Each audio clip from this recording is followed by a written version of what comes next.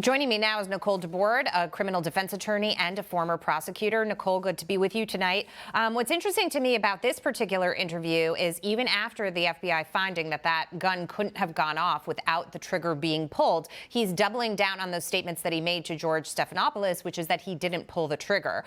I brought this up earlier in the show and a couple of nights ago when we discussed this as well. When it comes to Alec Baldwin and an ongoing investigation, if you were his attorney, wouldn't you just tell him not to speak right now?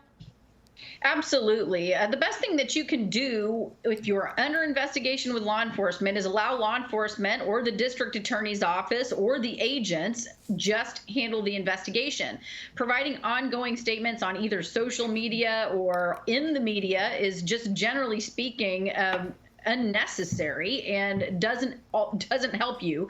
It's not something that I would want a client of mine to be doing. It's definitely not advisable. So he's blaming the two other people connected to the incident. He's saying that the buck didn't stop with him because he was holding the gun, but it was people on the set who were responsible for preparing that gun to make sure that it was properly armed. Having said that, when he goes and makes a statement like, I didn't pull the trigger, and then the FBI says the gun couldn't have gone off without it, there was another legal analyst on who said essentially what he's doing here, even if he's not criminally charged, if those other people are, he's creating a case against him for obstruction.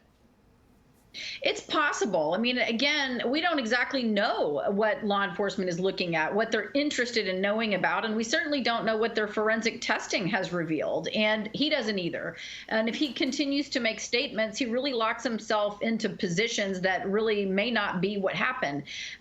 People who do discharge weapons under stressful circumstances, and certainly having an accidental discharge, if that's what this was, is stressful, they're going to have a faulty memory, most likely, of what occurred, and then going back and making a record of whatever that faulty memory is over and over again in the media is dangerous, and it may not be accurate. If this is deemed an accident, if what happened on this set of Rust, the shooting, the death of Helena Hutchinson is considered an accident, then nobody is criminally charged. Is that correct?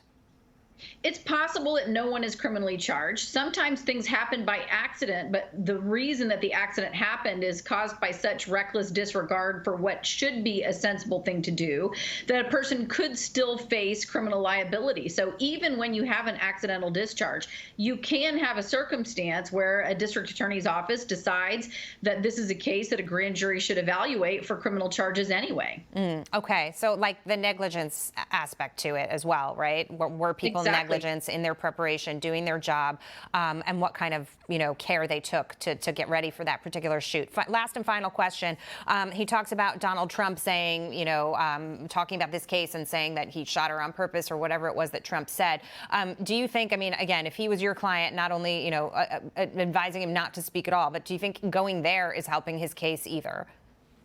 It's such a difficult circumstance when you have an investigation that is such on display, if you will, in the public view, and people are making comments about it. There is definitely an urge to respond and to add your 2 cents about what's happening. The problem is it's still not advisable because it doesn't really matter what everybody else who doesn't have access to the investigation may be saying. Right. You don't want to put on the record your own statement. Right. He can just go on Twitter and then start responding to every single troll who sends him a tweet as well. If he were my client, I would say, just don't go there. Nicole, thank you so much. Absolutely. Good to see you. We'll continue to follow this.